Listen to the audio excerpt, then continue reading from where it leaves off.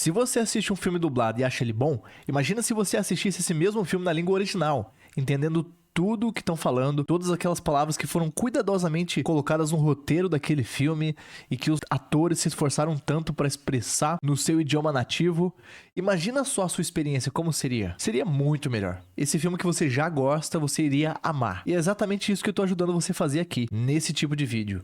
Nós analisamos as cenas dos filmes, comparamos com o texto, com o intuito de se familiarizar cada vez mais com o inglês falado, para você ter melhores experiências com o idioma, não só com filmes, mas também na vida real. Se alguém falar inglês com você, você vai entender por causa desse tipo de exercício aqui que você está fazendo. Então, sem mais delongas, vamos lá. A gente vai assistir um pedacinho dessa cena do filme The Pursuit of Happiness, apenas alguns segundos, e você vai focar no contexto. Sempre falo disso na primeira coisa, contexto. O que é contexto? É tudo aquilo que é não verbal. Se você já assistiu esse filme, isso serve como base pra você, é um contexto. Se você não assistiu esse filme, talvez você reconheça os atores, já é um contexto pra você.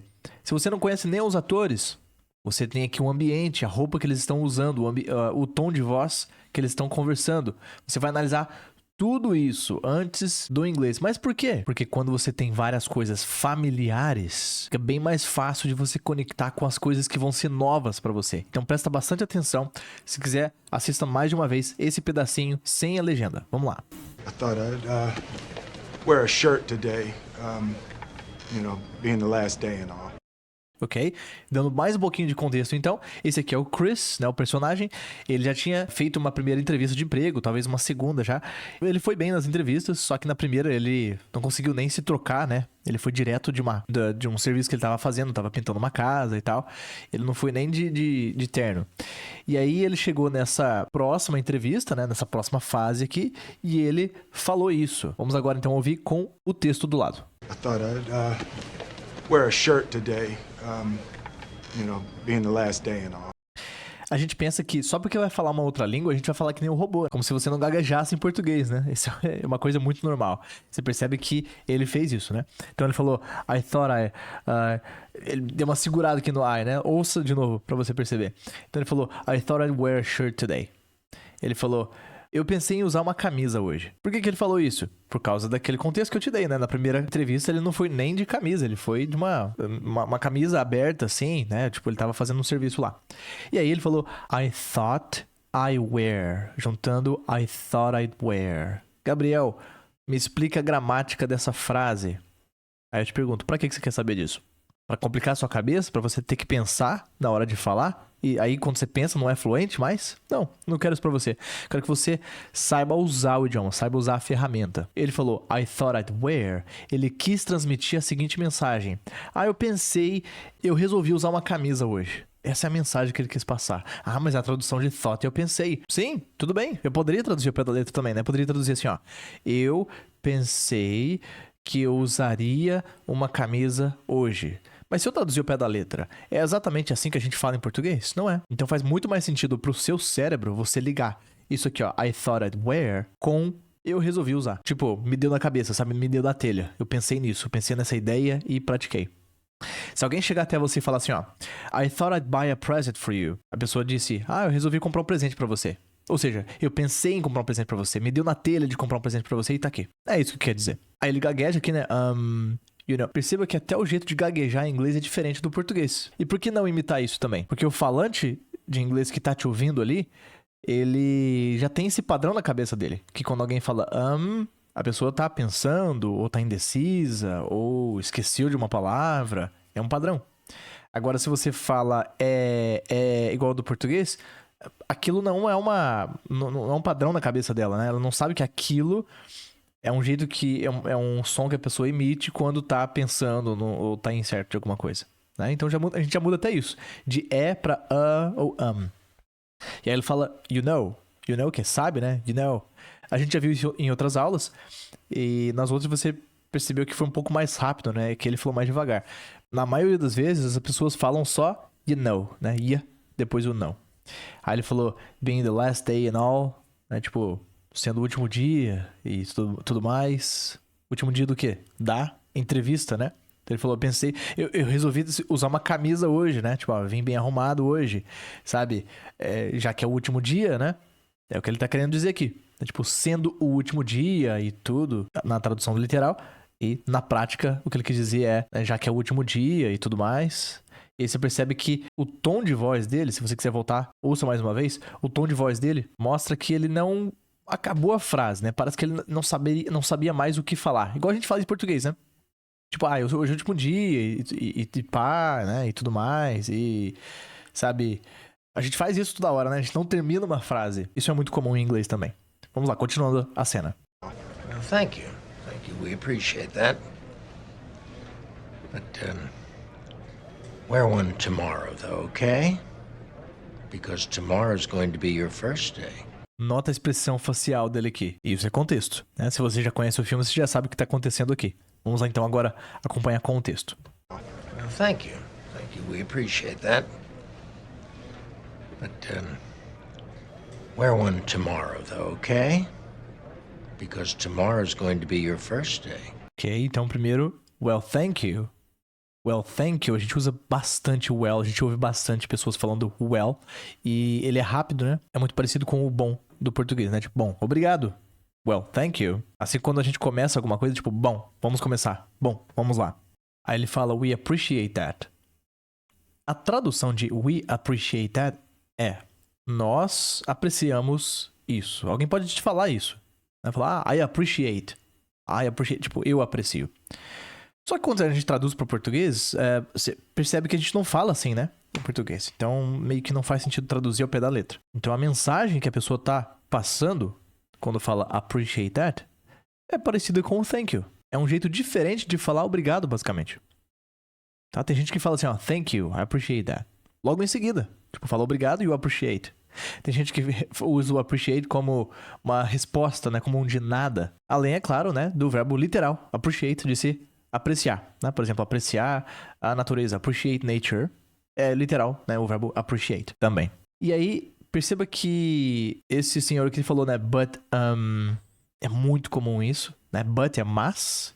E muita gente fala but, ou separadinho como ele fez, but, é como se fosse mas... Ou mais, porém... Tá vendo? Ele não tem um discurso pronto, sabe? A fala não é perfeita, né? Não é um chat GPT. A fala é humana. É uma coisa que... A gente não tem as palavras prontas na cabeça. Às vezes, a gente precisa de alguns segundos pra processar a informação e saber o que falar. Só de você dar essa respirada aqui, já é o bastante pra você lembrar da palavra que você vai falar em seguida.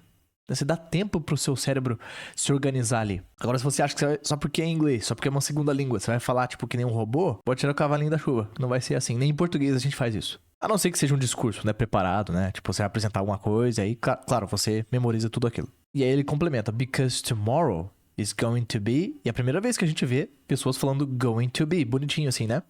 Então, analise o contexto aqui. Em todos os outros vídeos, a gente viu contextos informais. A gente viu no Everybody Hates Chris.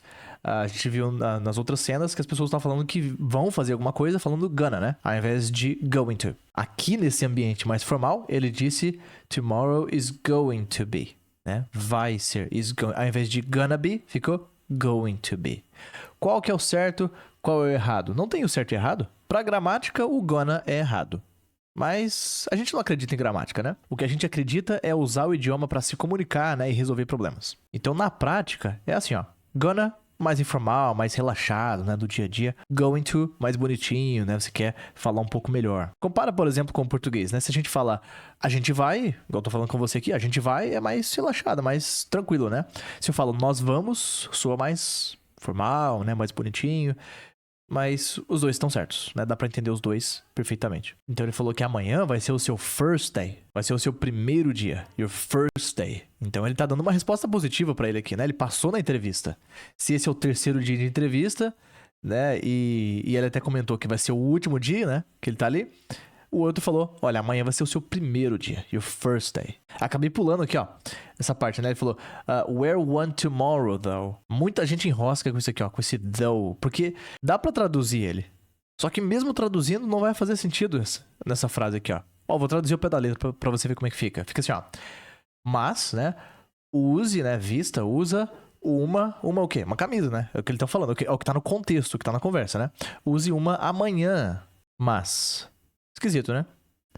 Isso é um mas Só que é um outro tipo de mas. É um que vai lá no final da frase, que a gente não tem em português. Então é uma perca de tempo traduzir essa frase de forma literal. Numa dublagem, por exemplo, na própria legenda do filme, daria pra eliminar o though aqui, ó. Não faria falta. Né? Porque ele já falou o mas aqui, ó. Mas, né? Porém, use uma manhã. Ou poderia inventar alguma outra coisa, né? Tipo, use uma manhã, então. Eu poderia falar que é um então ali no final, só pra falar de uma forma mais natural no português. Não que seja a tradução do though. Então o though é um porém, é um mas, só que ele vai lá no final da frase, coisa que a gente não faz em português. Continuando então a cena. If you'd like to work here as a broker. Would you like that, Chris? Yes, sir. Good. We couldn't be happier. Lembra que eu falei no começo? Se você gostou do filme dublado, imagina entendendo a língua original dos atores, né? Que eles se esforçam tanto, eles são tão talentosos, né? Pra quem tá assistindo esse filme desde o começo, essa aqui é uma cena de se emocionar muito. Né? Você acompanha toda a história do Chris aqui. Quando ele recebe essa resposta positiva aqui, você quase chora. Agora então a gente vai acompanhar a mesma cena com o textinho ali do lado. Vamos lá. If you'd like to work here as a broker. Would you like that, Chris? Yes, sir. Good. We couldn't be happier. If you'd like. Frase pronta, né? Esse pedacinho aqui, ó. É um chunk, pedaço de frase pronto. If you'd like, né? Se você quiser. É porque ele falou anteriormente, né?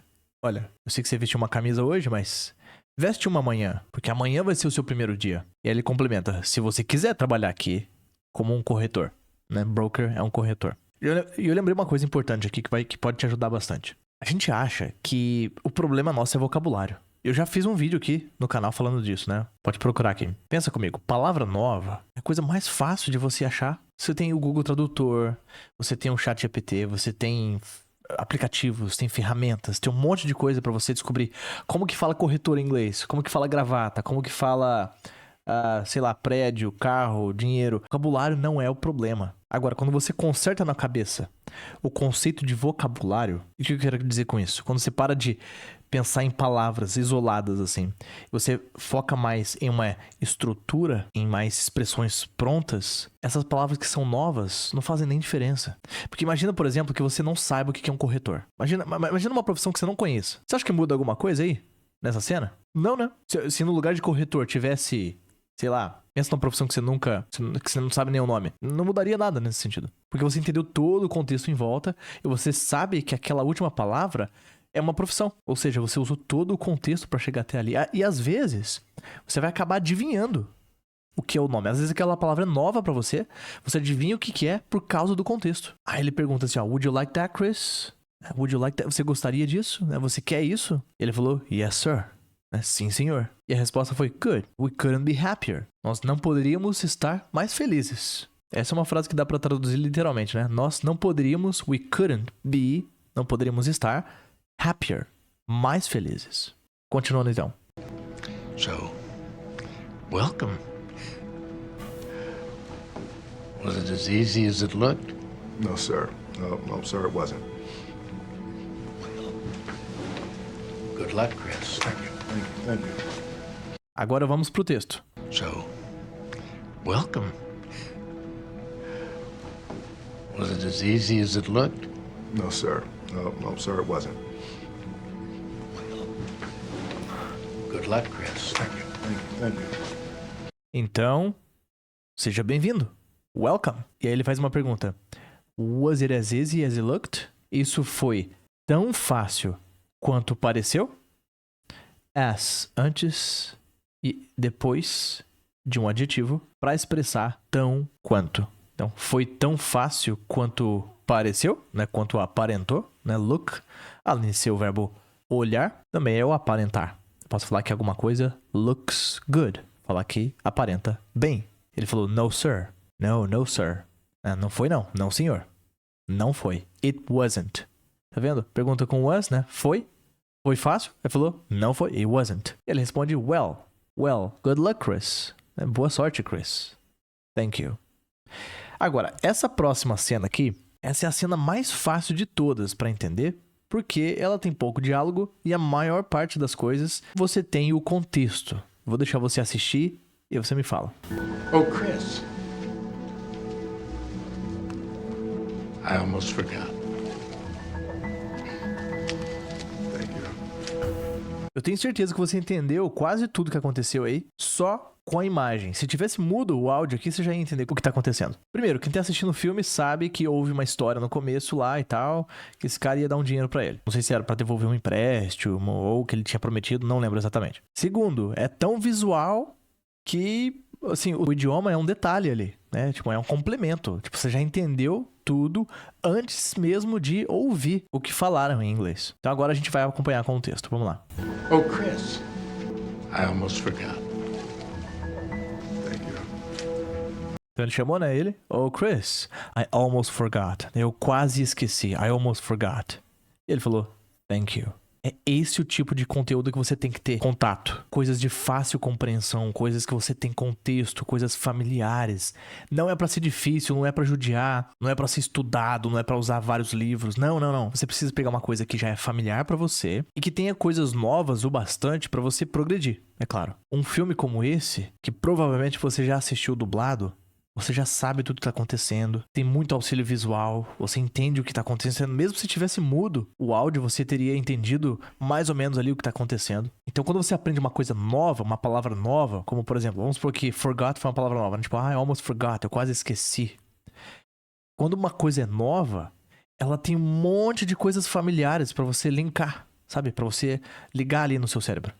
Porque o seu cérebro tá fazendo isso. Quando você aprende uma palavra nova, ele faz uma varredura. Em toda a experiência que você já teve com o inglês, se você já viu alguma coisa parecida com aquilo. E quando você aprende palavras em ambientes assim, como esse, em aulas como essa, é muito mais fácil fazer conexões na sua cabeça.